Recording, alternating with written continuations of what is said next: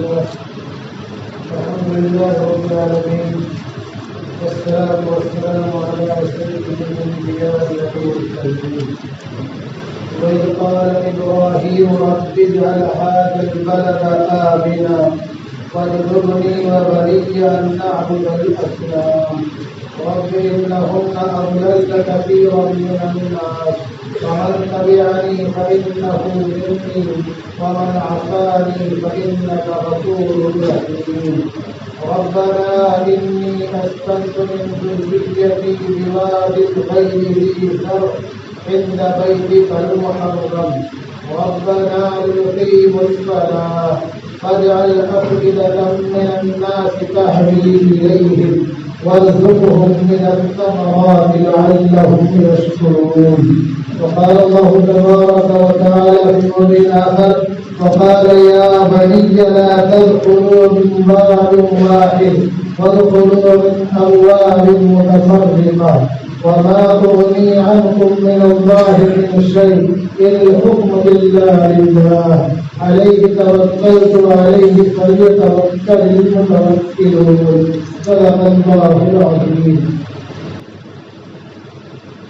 حالیہ دنوں میں انتخابات ہونے والے ہیں. ہماری کیا ذمہ داری بنتی ہے اور ہمیں کیا کرنا ہے، ہمارے نوجوانوں کو کیا کرنا ہے، ہمارے بڑے بوڑھوں کو کیا کرنا ہے. ہمارے ذہن میں یہ رہتا ہے کہ یہ سب کام جو ہے دینی کام نہیں ہے،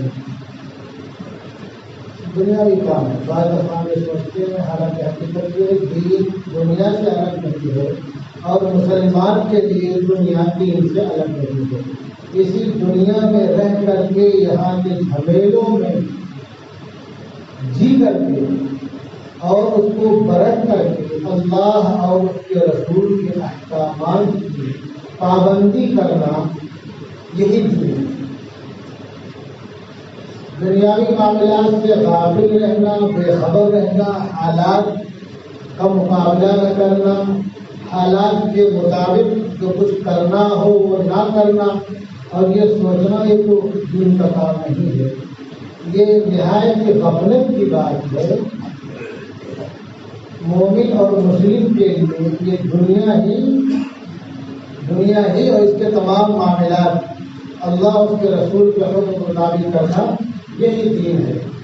اور ایسا کر کے ہم ترقی کے راستے پر گامزن ہو سکتے ہیں، پریشانیاں دور ہو سکتی ہیں، حالات سدھر سکتے ہیں، پرامن ہو سکتے ہیں، بہتر ہو سکتے ہیں. میں کچھ مثالیں دے رہا ہوں. عظیم المرتبت پیغمبر جن کو ابو الانبیاء کہا جاتا ہے، حضرت ابراہیم علیہ نبینا علیہ السلام. سورہ ابراہیم کی آیت نمبر 35، 36 اور اس کے آگے 37.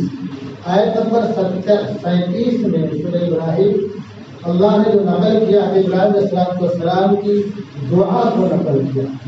کیا کہا؟ ربنا انی اسکنت من ذریتی بواد غیر ذی زرع عند بیتک المحرم ربنا یقیموا الصلاۃ.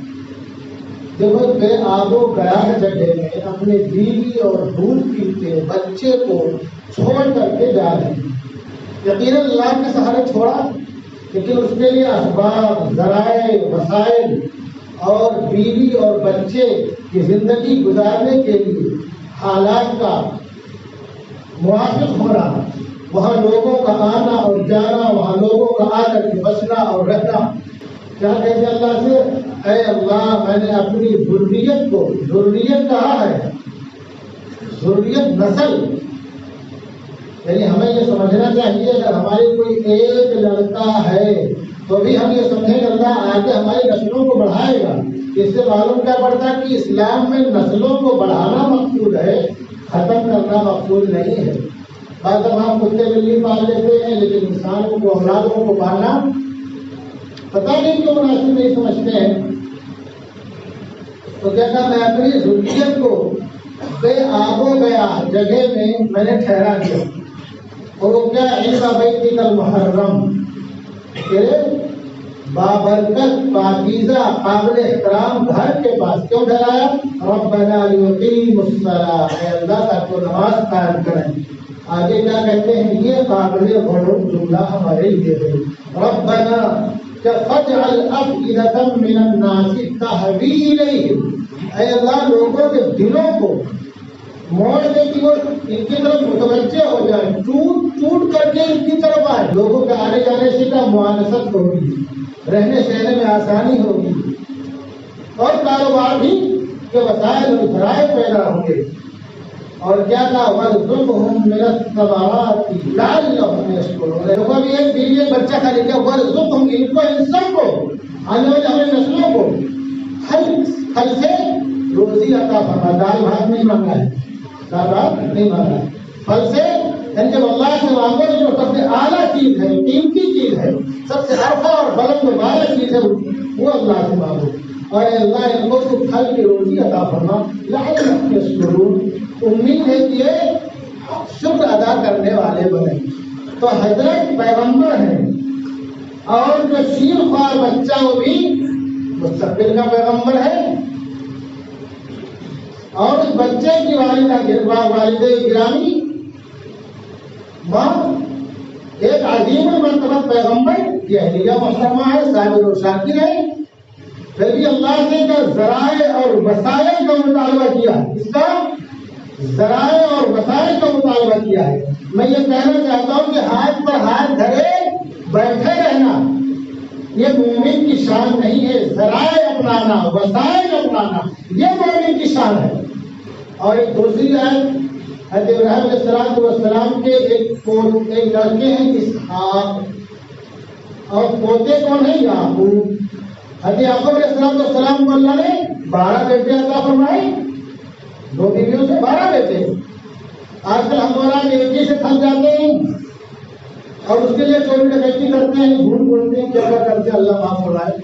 حضرت یوسف علیہ السلام جب مصر کے خزانے کے مالک ہو گئے، اور بہت سی لمبی تفصیل ہے، اور جب حضرت یعقوب علیہ السلام اور ان کے گھر والوں کو غلے کی ضرورت پڑی، ابھی یہ لوگ نہیں جانتے کہ خزانے کا جو مالک ہے وہ ان کے گھر کا فرد ہے، ان کا بھائی ہے، یعقوب علیہ السلام کا بیٹا نہیں معلوم لوگوں کو۔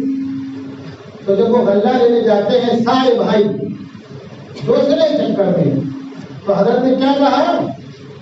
وقال یا بنی لا تدخلوا من باب واحد وادخلوا من ابواب متفرقہ، اے میرے بیٹو، اب 11 کے 11 جا رہے ہیں نا، 12واں تو وہاں خزانے کا مالک ہے، جن لوگوں کو بھی معلوم نہیں ہے، تو کیا ہے میرے بیٹو، ایک دروازے سے مت داخل ہونا۔ اس وقت جو مصر کا دارالسلطنت تھا اس کے چاروں طرف حصیر تھی اور مختلف دروازے تھے، کیا کہا؟ ایک دروازے سے مت داخل ہونا۔ اس کی بہت سی وجوہات ہو سکتی ہیں، اسباب ہو سکتے ہیں، عوامل ہو سکتے ہیں جو حضرت کی نگاہ میں رہے ہوں گے، لیکن تو خاص طور سے جو ذہن میں آتا ہے کہ 11 بھائی ایک ساتھ جائیں گے تو کہ حاضرین کچھ سوچنے نہ لگے، کچھ کرنے میں آمادہ نہ ہو جائے، یا کہیں نظر نہ لگ جائے جس کو ہم نظر بد بولتے ہیں، یا چونکہ یہ لوگ دوسرے علاقے سے جا رہے ہیں، ان کا لحیہ بشرا اور ان کا کپڑا لتا پہناوا چال ڈھال ان لوگوں سے الگ ہے، تو دیکھتے ہی پہچان لیے جائیں گے، ارے کون لوگ آئے، اتنے لوگ ہیں، کئی لوگ کچھ اور نہ سمجھ لیں اور ان کو ہلاک کرنے کی تدبیر کرنے لگے۔ تو حضرت نے کیا کہا؟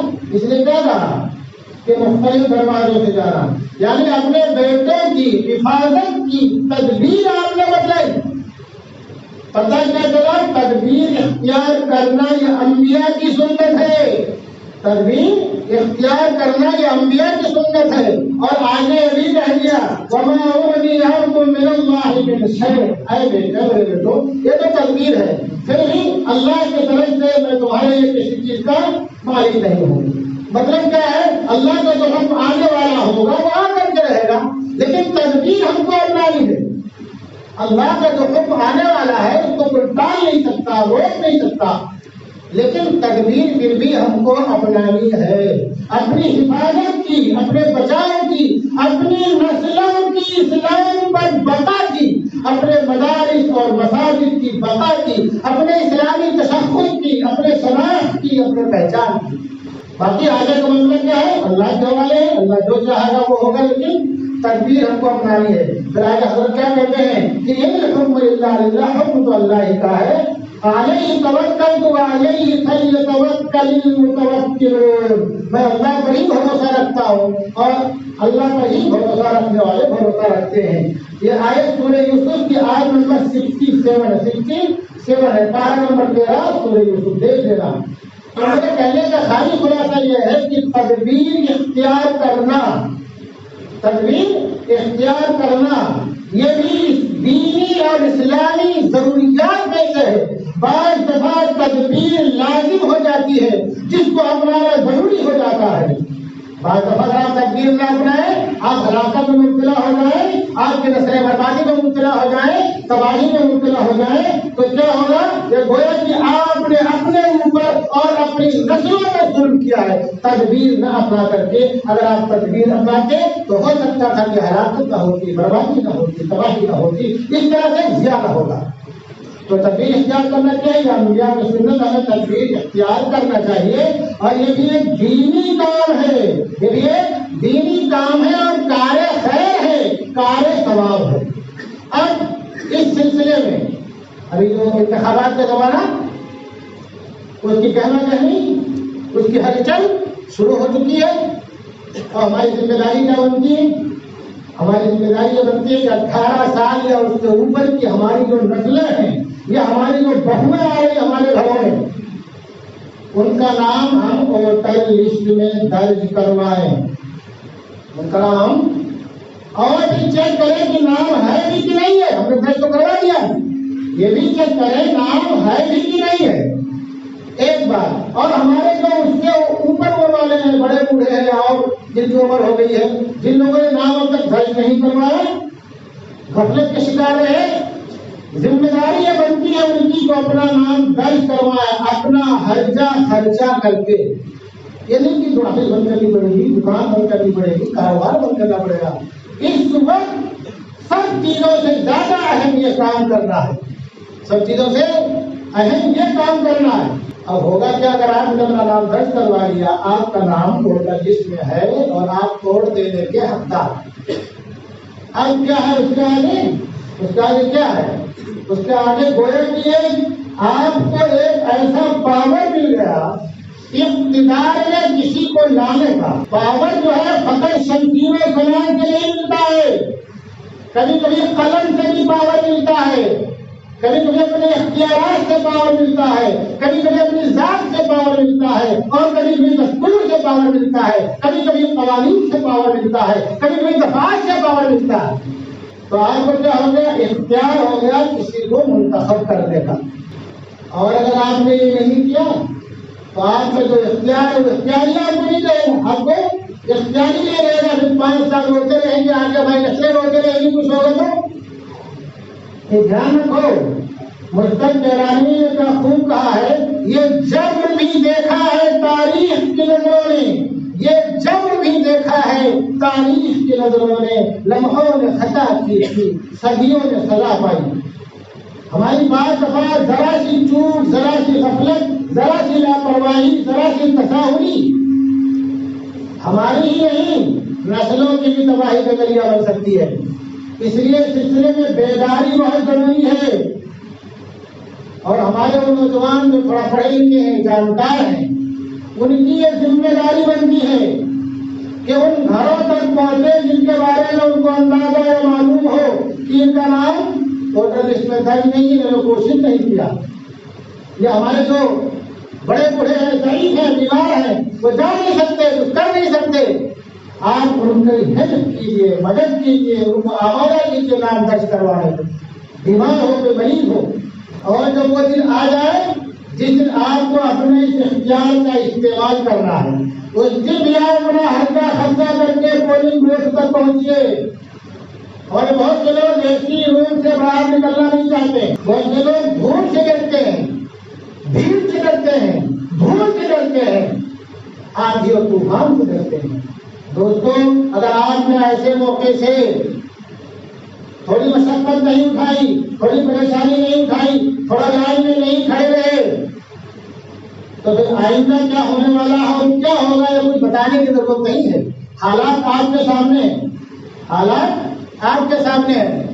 تو میں نوجوانوں کو کہتا ہوں کہ ایسے موقع سے بیدار رہیے، آپ چوکنا رہیے، اپنے لوگوں کو آمادہ کیجیے، ان کی فکر کیجیے، ان کے گھر تک پہنچیے، اپنے پاس پڑوس میں نگاہ رکھیے، اور ان سب کا نام اس میں درج کروائے۔ جو وہ دن آ جائے تو پھر اگر کوئی بیمار ہے، ضعیف ہے، جو ویل چیئر پہ جا سکتا ہے، جو اسٹریچر پہ جا سکتا ہے، نوجوانوں تمہاری ذمہ داری ہے کہ اپنے خرچے سے اس کو اسٹریچر پہ لے کر کے جاؤ، ویل چیئر پہ لے کر کے جاؤ، لیکن اس کا ووٹ ضرور کراؤ۔ بعض دفعہ ایک ووٹ کی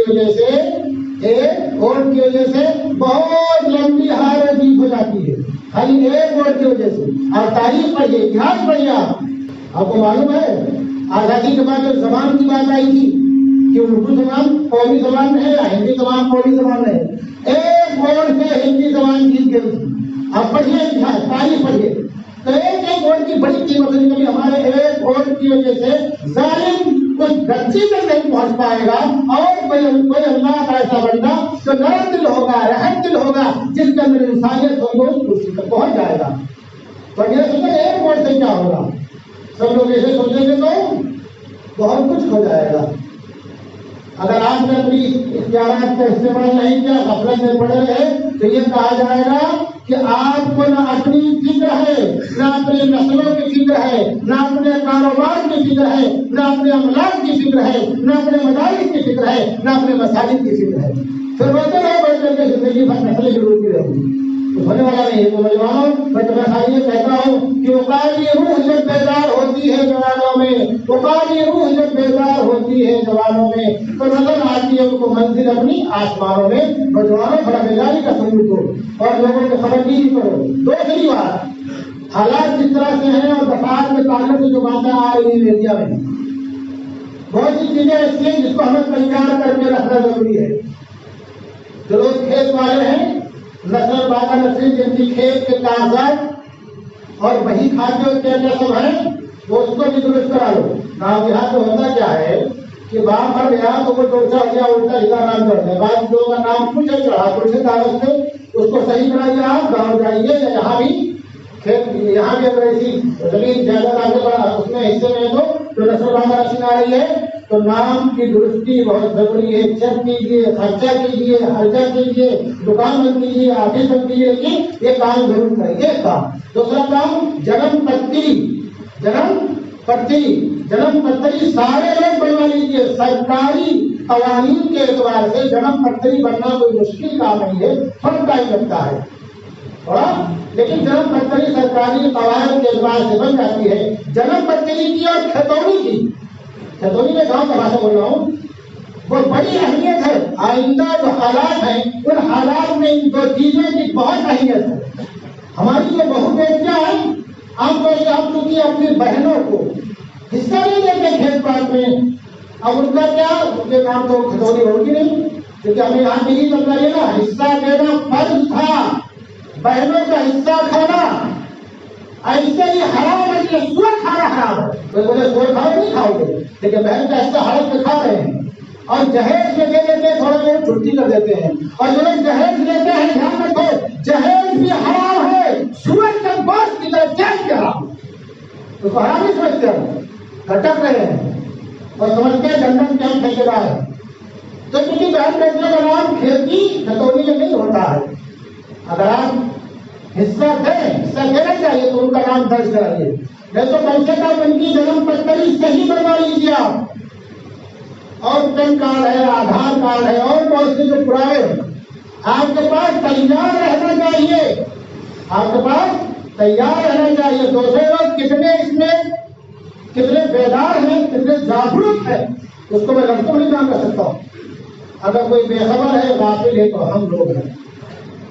تو یہ تمام جو پیپرز ہیں اس کو بھی درست کرا کے رکھیے، آج ہی سے کوشش کیجیے، فکر کیجیے، اور اللہ تبارک و تعالیٰ سے دعا کیجیے کہ اللہ ولا تسلط علی من لا یرحمنا، اے اللہ ایسے لوگوں کو ہم پر مسلط نہ کر جو ہم پر نرمی کرنے والا نہ ہو، یعنی ظالموں سے ہماری حفاظت فرما، نام من رحم دن مہربان اور ہم آہنگی پیدا کرنے والا انسانیت اس کے میں ہو، اللہ ایسے لوگوں کو پوری چیز تک پہنچا اور ایسے لوگوں کا ہی آپ انتخاب کیجیے، ایسے لوگوں کے آپ ووٹ کیجیے اپنے زمین اور دل کے فیصلے کے اعتبار سے، کسی کے کہنے سے نہیں۔ سب لوگ جانتے کون کیسا ہے، کس طرح ہے، کس کو ہمیں منتخب کرنا چاہیے، کس کو نہیں کرنا چاہیے، کون ہمارے کام آ سکتا ہے، کون قوم سے کام آ سکتا ہے۔ اگر کوئی خالی ہمارے کام آ سکتا ہے، ہماری قوم کے خلاف کر سکتا ہے، کوئی خالی ہمارے برابری کے اور ہمارے تعلق سے قانون سے کام آ سکتا ہے، لیکن ملت و مذہب کے لیے بہت نقصان دہ ہو سکتا ہے، تو ہم ایسے لوگوں کا انتخاب بالکل نہ کریں۔ اپنے ذاتی مفاد کو الگ کر دیجیے، قومی مفاد، ملی مفاد، ملکی مفاد کو سامنے رکھیے، ایسے لوگوں کا آپ انتخاب کیجیے، ان کو ووٹ کریے۔ اللہ تبارک و تعالیٰ ہم تمام لوگوں کی ظالموں سے حفاظت فرمائے اور ایسے لوگوں کو حکمراں بنائے جو نرم دل اور انسانیت ہو اور جو ہم آہنگی اور انسانیت میں رضامندی پیدا کرنے والے ہوں، ایک دوسرے کے غریبوں کی، مظلوموں کی اور مجبور لوگوں کی جو تصویر کرنے والے ہوں۔ ہمارے